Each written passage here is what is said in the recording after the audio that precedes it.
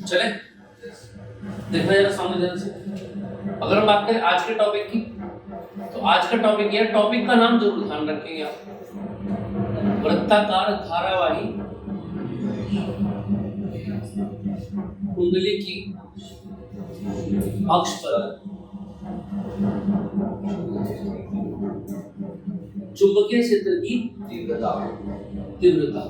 चले, अगर इससे पहले की हम बात करें तो इससे पहले मैंने आपको क्या कराया था, तो बायो सेवर्ट आपको करा दिया, ठीक है, dV बराबर μ/4 ideal sine theta upon r square. उसके बाद हमने पढ़ा कि अगर कोई वृत्ताकार धारावाही कुंडली है, उसके अगर सेंटर की बात हो रही है, केंद्र की, तो वहां पर क्या फॉर्मूला आया था, B बराबर μ/2 I अपॉन r, ठीक है। उसके बाद मैंने आपको बताया कि अगर कोई सीधा लंबा धारावाही चालक तार है, उसके कारण जो चुंबकीय क्षेत्र की तीव्रता आएगी वो कितनी आएगी, याद करो, B बराबर μ/2 I अपॉन r। अगर कुंडली का केंद्र है तो पाई क्या नहीं आएगा, याद रखना। और अगर धारावाही तार है तो उसके कारण जो फॉर्मूला है उसके अंदर पाई आएगा, μ/2 I अपॉन r। समझ में आ गई बात? चलिए, अब अगर हम बात करें इसकी वृत्ताकार धारावाही कुंडली की अक्ष की बात हो पा रही है। अक्ष का मतलब क्या होता है, देखो जरा, जैसे कि अगर मैं बात करूं यहां पर,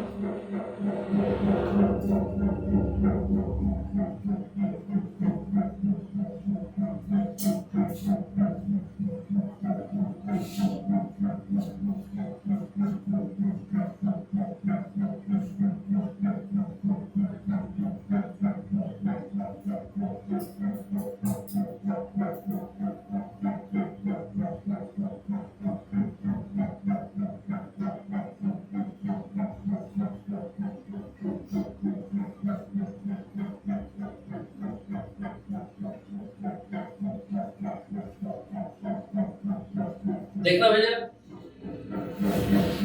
ये इसकी त्रिज्या क्या दी हमने, r, ये r है तो ये भी r होगा,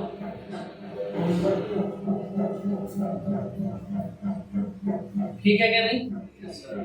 और इसके अंदर ये धारा बह रही है, उसको हमने क्या कह दिया, I। तो देखिए जरा, यहां से स्टार्ट करेंगे आप, देखिए जरा सामने, माना स्मॉल r त्रिज्या की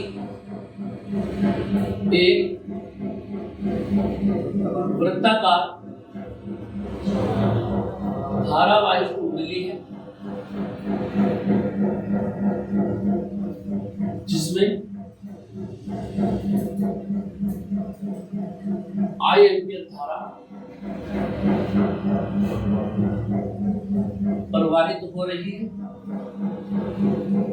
ठीक है भैया, समझ में आ रही है बात। अब अगर कुंडली के अक्ष की बात करें तो कुंडली का अक्ष तो यही वाली लाइन है, और हमारा सवाल ये है, इस कुंडली के कारण इसका जो अक्ष है ये, इसके अक्ष पे क्या निकालना है आपको, चुंबकीय क्षेत्र B का मान निकालना। क्लियर है? देखो जरा, तो मैं क्या कहूंगा इसमें, देखिए जरा, माना कुंडली के अक्ष पर O से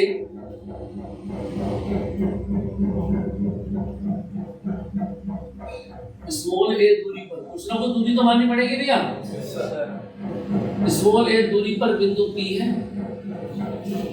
जहां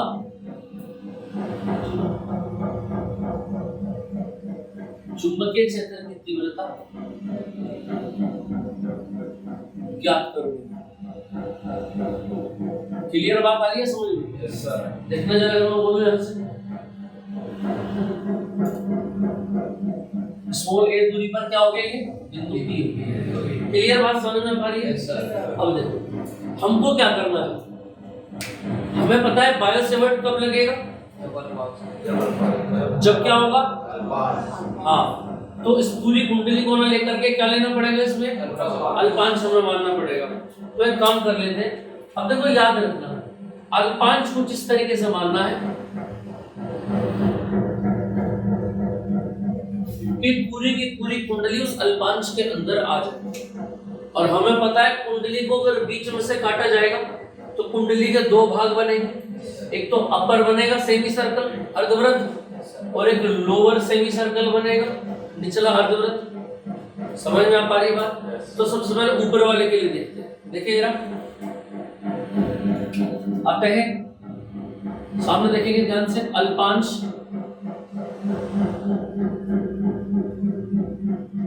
डीएल के कारण पी पर चुंबकीय क्षेत्र। अब देखो जरा, इसके कारण चुंबकीय क्षेत्र निकाल रहे हो तो किसको मिला दो? अरे मिलाओगे कि नहीं मिलाओगे? समझ में आ पा रही है बात? इस लाइन को थोड़ा सा और आगे ले लो। क्लियर है? अब जब लाइन मिलाओगे तो हमें पता है अल्पांश से उस बिंदु तक की दूरी कुछ ना कुछ लेनी पड़ती है कि नहीं? तो यहाँ पर क्या मान लिया आपने? x मान लिया। क्या मान लिया आपने? देखना जरा, dv बराबर, अगर मैं बोलूँ आपसे μ/4 पाई आइडियल साइड। अब देखो ये थोड़ा सा आप तैयार कर लेना कि 90 डिग्री कहां पर ले रहे हैं। समझ में आ पा रही है बात? देखो ये एंगल तो मैंने फाई कह दिया, लेकिन जब मैं इस फॉर्मूले के अंदर sin थीटा लगाऊंगा तो क्या होगा? अल्पांश और बायोसेवर्ट में थीटा क्या होता है बताना? बायोसेवर्ट में थीटा क्या होता है? याद करो बायोसेवर्ट का डायग्राम। तार और तार को बिंदु P से मिलाने वाली रेखा के बीच का कोण होता है क्या नहीं होता है? बोलो, तार यानी कि अल्पांश और अल्पांश को बिंदु P से मिलाने वाली रेखा जो लाइन है, ये वाला जो एंगल है। समझ में आ पा रही बात? अब देखो यहाँ आपको डायग्राम दिखाना है, इसलिए मैं ये वाला एंगल 90 डिग्री का नहीं दिखा सकता। हालांकि ये डायग्राम इस तरीके से बनेगा कि बिंदु P बहुत दूर रखा जाएगा, लेकिन हम काम तो उतना ही करेंगे जो कॉपी पे दिखाई दे। समझ में आ पा रही है बात? तो ये जो एंगल बनेगा यहाँ पर ध्यान रखना, ये कितने का बनेगा? 90 डिग्री का। इसको दिखाने के लिए हमने थोड़ा सा इस एंगल को थोड़ा छोटा कर लिया। बात समझ में आ पा रही है? क्योंकि अक्ष तो बहुत दूर तक है। उसने ये नहीं कहा कि अक्ष पे इतनी दूरी पे दिखाओ, उसने कहा अक्ष पे दिखाओ। तो हम मान के चल रहे हैं कि ये एंगल कितना बना? 90, और ये बिंदु P बहुत दूर है। समझ में आ पा रही है बात? तो देखने जरा ऐसे क्या बनेगा? sin 90 और अपॉन में क्या आएगा? बोलो, dl से P तक की दूरी क्या है? कोई दिक्कत किसी को? तो ये आ गया dv बराबर, देखते हैं ना सामने, μ/4 पाई आइडियल अपॉन इक्वेशन नंबर। कोई दिक्कत किसी को? अब आ जाओ ऐसे। अच्छा एक बात और ध्यान रखना, इसकी दिशा, ये जो d, इसको 1 कहते हैं कम, ये जो dv बनाया इसकी जो दिशा होगी। अब देखो हमने आपको अभी तक क्या बताया? मैंने आपको बताया था f b। सभी को याद है ना पिछले लेक्चर में? f b हमने f तो पढ़ लिया था। अब यहाँ चक्कर आ रही है चुंबकीय क्षेत्र की दिशा, है ना, जो हमने भी नहीं पढ़ी। और दिशा किस हाथ से निकलेगी? बोलो, फ्लेमिंग के दाएं हाथ के, राइट हैंड रूल से। तो वो तो हमने भी नहीं पढ़ा। तो फिलहाल आप दिशा समझ लेंगे जो मैं आपको बता रहा हूं, क्योंकि अगला पॉइंट दिशा का ही है ना। अभी आप ये सवाल नहीं करेंगे कि दिशा ये कहां से आई।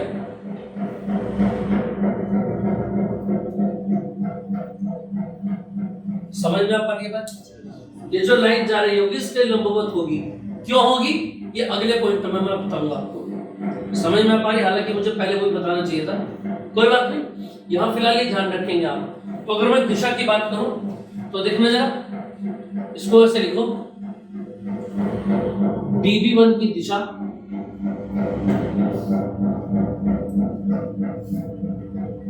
P से मिलाने वाली रेखा के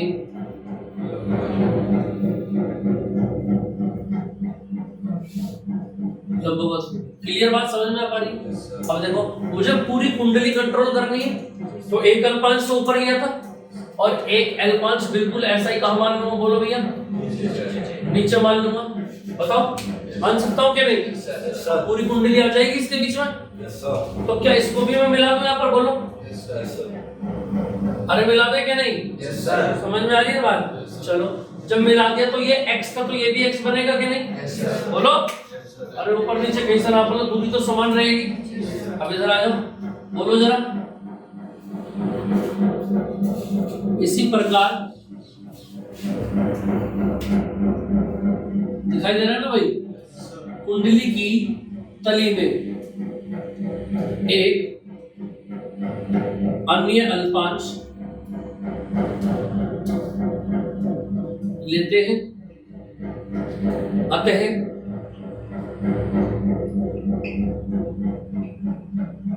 अल्पांश डीएल के कारण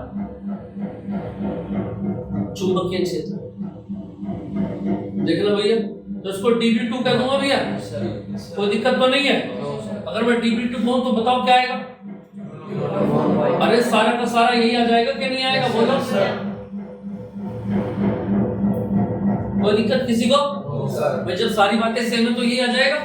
अब देखो आगे, अब अगर मैं क्या बोलूंगा, बोलो dB2 की दिशा क्या लिखोगे? P से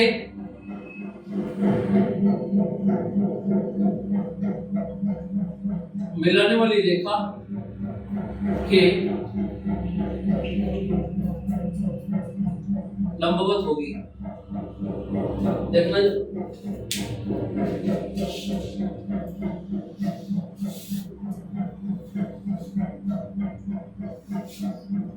सभी को दिखाई दे रही है कि दिशा क्या है? बताना जरा है भैया। अरे दिखाई दे रही है क्या नहीं? दिखाई दे रहा सभी को? अब देखो जरा, चूंकि dB1 में कितने चुंबकीय क्षेत्र हो गया आपके सामने? तो dB2 परिमाण में समान है। परिमाण में कैसे बोलो भाई? इसकी जो वैल्यू आ रही है वही वैल्यू इसकी आ रही है। बताना जरा, आ रही है कि नहीं?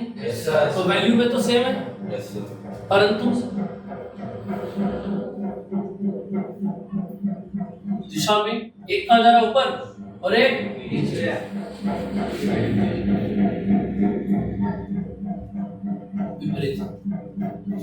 अब हमने सदिश में पढ़ा था कि अगर दो तरीके इस तरीके से हो और अगर मैं इसके कंपोनेंट देखूं, क्या देखूं भैया? जब भी कोई आकृति इस तरीके से होगी तो हमको पता है परिणामी कहां से जाएगा? बीच में से। अरे पता है कि नहीं पता है? नहीं पता है? फिर दोबारा देख लो, अगर दो सदिश राशियां, जैसे ऊपर जा रहा है कौन? dB1 और नीचे जा रहा है दूसरी सदिश राशि dB2, तो इनका जो परिणामी होगा वो ध्यान रखना कहां से जाएगा? इनके बीच में से होकर जाएगा और उसको ही परिणामी बोला जाएगा। ये परिणामी का चक्कर क्यों पड़ रहा है यहाँ पर अगर हम बात करें? देखो, एक चुंबकीय क्षेत्र तो इससे आया जिसको dB1 कह दिया, एक चुंबकीय क्षेत्र इससे आया जिसको dB2 कह दिया। अब इन दो को या तो जोड़ो या घटाओ, तभी तो एक निकल के आएगा आपका रिजल्टेंट। तो रिजल्टेंट निकालने के लिए क्या करना पड़ेगा आपको? देखो, हमने कहा इनके बीच में से जाएगा, लेकिन हमें पता है क्या कि जब भी इस तरीके की सिचुएशन बनेगी, ये वाला ही क्यों लिया जाता है? बीच वाला। देखो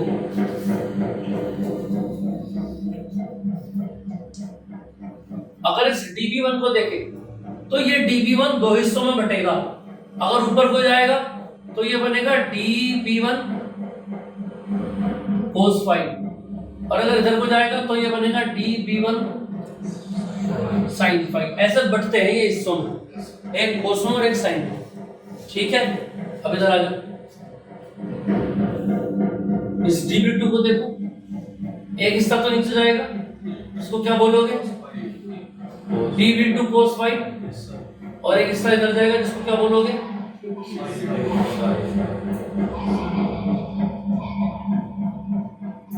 समझ में आ रही बात? और देखो घटक देखो कौन से जुड़ सकते हैं भाई। ये उल्टे उल्टे जा रहे हैं, इनका तो कुछ करना नहीं है, लेकिन मैंने कहा इन दोनों के बीच वाला लेंगे।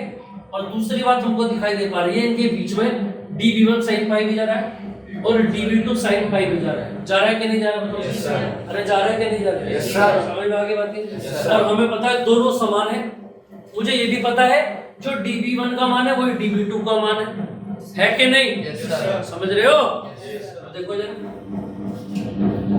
चूंकि dB1 sin phi व dB2 sin phi परस्पर एक समान दिशा में है, अतः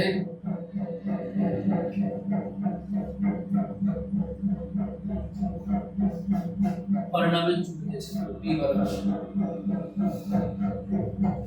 अब देखो जरा, इन दोनों में से कोई भी एक ले लो क्योंकि दोनों बराबर है। अरे समझ में आ रही बात या नहीं? देखो तो dB वन ले लो, या इसको आप ऐसे भी लिख सकते हो, सुनते रहना। आगे बात समझ में कर सकते हो क्या नहीं? क्लियर है नहीं बात? अब आ जाओ सामने, B बराबर, बोलो आगे क्या बचा? dB1 का मान बोलो, म्यू नॉट अपॉन, और आगे क्या बनेगा? आइडियल अपॉन, कोई दिक्कत किसी को? तो साथ में कौन आ गया? sin phi. आ रहा है क्या नहीं आ रहा है समझ में? बताओ जरा, क्लियर समझ में आ रही है बात? अब इधर आ जाओ,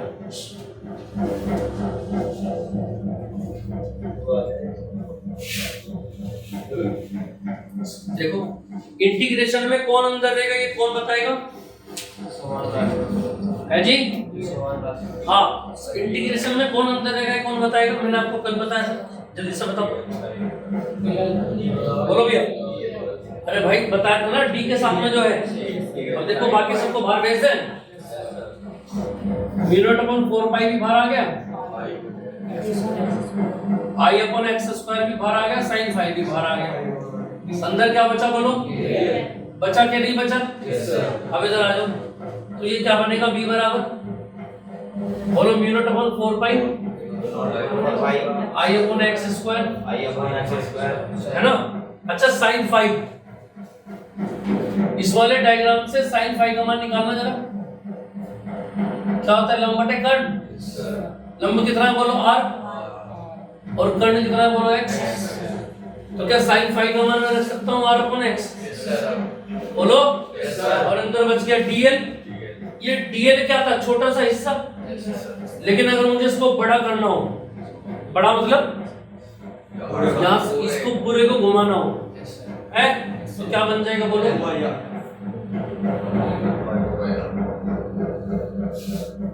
परिधि बन जाएगी कि नहीं बन जाएगी?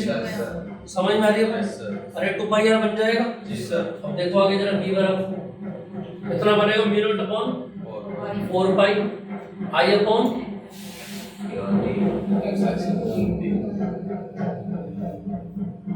एक काम करो, ये आ जाएगा 2 पाई आर स्क्वायर आई, यही तो है। और नीचे कितना बन जाएगा? x की घात 3। आ रहा है क्या नहीं आ रहा है? अब इधर आ जाओ, देखो थोड़ा सा इसको सेट कर लो। इस वाले त्रिभुज वाले जो ऊपर तुमको दिखाई दे रहा है, देखना जरा। अगर मैं बोलूं एक्स स्क्वायर बराबर क्या बनेगा? आर स्क्वायर प्लस, बनेगा क्या नहीं? अब यहां से x का मान निकालो, r square plus a square, इसकी घात कितनी थी? 2। जब इधर जाएगी तो 1/2 हो जाएगी। अरे होगी कि नहीं? इस x के मान को यहां रख दो,